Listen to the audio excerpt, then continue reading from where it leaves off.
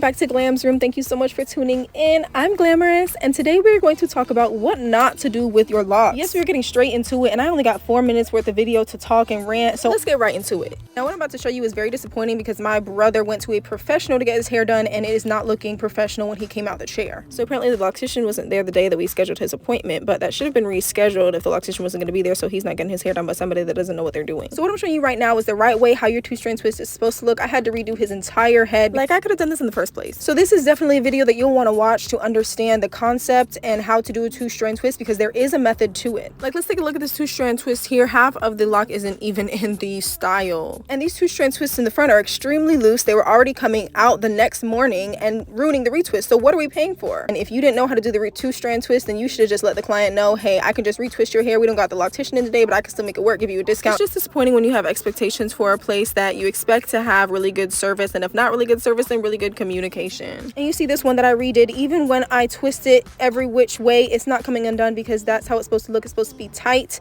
and keep your retwist in. I don't want to be negative the whole time. This is a very good barber, but stay within your expertise. If you don't know how to do a certain task, then communicate that with the client, because this could have been avoided. I mean, Locs 101, you know it's better to bud the end of the two-strand twist. You either bud it up or you create a lock knot at the end so it doesn't look like that with half of the lock outside of the two-strand twist. And then when you take the two-strand twist out, you're going to have a little section of your lock that's just straight while the rest is curly. It's going to look tacky. What is you doing? Like, at this point, just come to me. I don't know why we're spending $150 on a half job. Okay, so I just had to get that off my chest, just a little rant. I'm actually going to show y'all how to properly do a two-strand twist.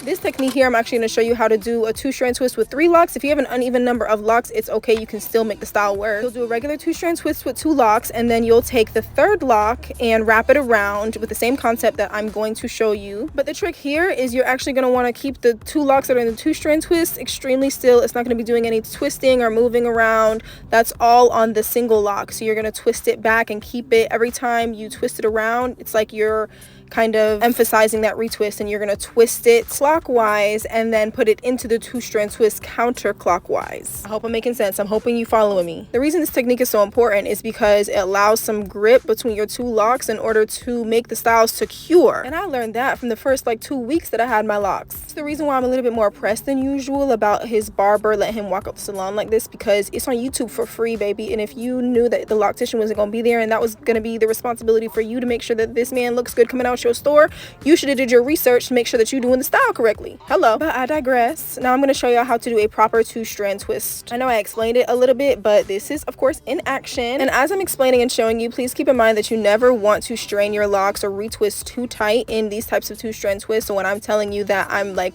retwisting or reiterating or emphasizing the retwist by twisting it again, I'm doing this very delicately. I always start with the first lock on top because that just makes it easier for me to make that counterclockwise motion. And being mindful about gentleness, every time you twist a lock over, you're going to try to get as close to the root as possible, or that's where your hand placement is going to be, so that you are collecting all of the frizziness or the new growth that you're adding to the lock, and you are twisting it back into the two-strand twist so that it stays. This is also why this is such a great protective style, especially for starter locks, because this helps your locks to form really well while also giving a really cute curl. And it gives an opportunity to bud the ends of your locks. So for starter locks, this can really help your locks to mature a little bit faster, especially at the ends. Of course, you don't have to tuck your ends. You can leave them out if you don't want them to lock as fast. Pro tip, always try to find 2 locks that are the same size. Make your life easier. This video is also meant to make your life easier, so you don't have to rely on people that may not know what they're doing 100% and then wasting your money and finding that out later. On the bright side, this fumble gave me the opportunity to show y'all a good technique for two-strand twists, so spread the knowledge. The two-strand twist style is the most basic, most popular, my personal favorite, a great protective style, so you definitely need to know how to do this, especially if you have locks. And this honestly applies to any twist style. Even if you don't have locks, you definitely need to use that concept where you are twisting